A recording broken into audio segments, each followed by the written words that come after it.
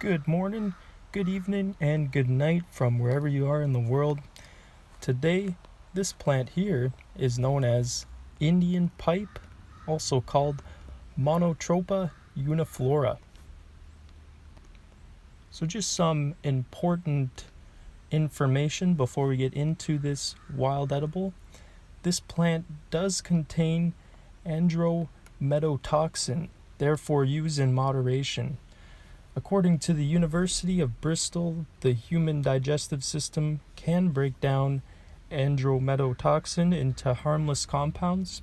However, when too much has been consumed, the individual will experience symptoms of vomiting and stomach upset as well as reduced blood pressure. So this is definitely a wild edible that you'd want to use maybe in the most extreme of circumstances, and also still have the knowledge of only really consuming a very small portion, about a handful a day or so. So let's get into it. More often than not, the Indian pipe is often thought to be a fungus, yet it is a flowering plant. It belongs to the Ericaceae family, also known as blueberry family. This is one of about 3,000 species of non-photosynthetic flowering plants. Monotropa uniflora can actually grow in dark environments because it is not dependent on light or photosynthesis. These plants were once believed to absorb all nutrients from decayed organic material, but it is now known that they are associated with a fungus which obtains nutrients directly from the roots of green plants. Therefore, this makes the Indian pipe a parasite, using the fungus as a bridge between it and its host.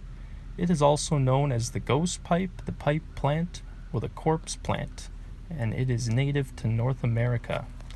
So some distinguishing features. This is a very easy to spot when mature, as its shape resembles a pipe, and it is white. When bruised or as its life cycle ends, then it becomes black. So the flowers. Single flowers can grow to about 2 centimeters or 1 inch long, are bell-like, and occur at the end of the stem. The 4 to 6, usually 5, translucent white petals are barely discernible from the reduced sepals and faint scale-like leaves that fall over the flower head. All parts of this frail plant blacken quickly from bruises. The leaves. This plant has no leaves. There are pale white scales along the stem. Its height usually grows between 10 and 20 centimeters, or 4 to 8 inches. The habitat. This plant occurs in rich habitats, dense moist forests, usually with a lot of surface leaf litter, often in a situation that is too shaded for autotrophic or photosynthetic growth. The Indian pipe grows throughout Canada, most of the US, some European countries, Eastern Asia, and possibly parts of South America. The edible parts. Indian pipes have had some edible uses over the years, although it has been and continues to be used extensively for medicinal purposes. According to Plants for a Future, the whole plant can be cooked.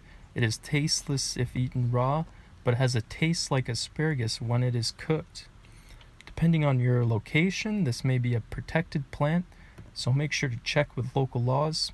Also, there is a warning in the beginning about the edibility, so make sure to watch the beginning if you didn't already. So some other names for this plant is also called the ghost pipe.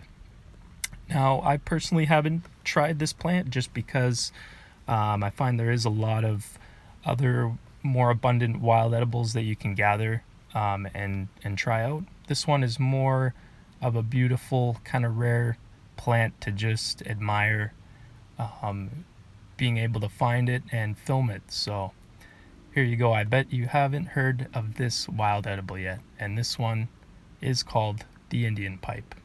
And that is it for today. We'll see you next time, guys. Peace out.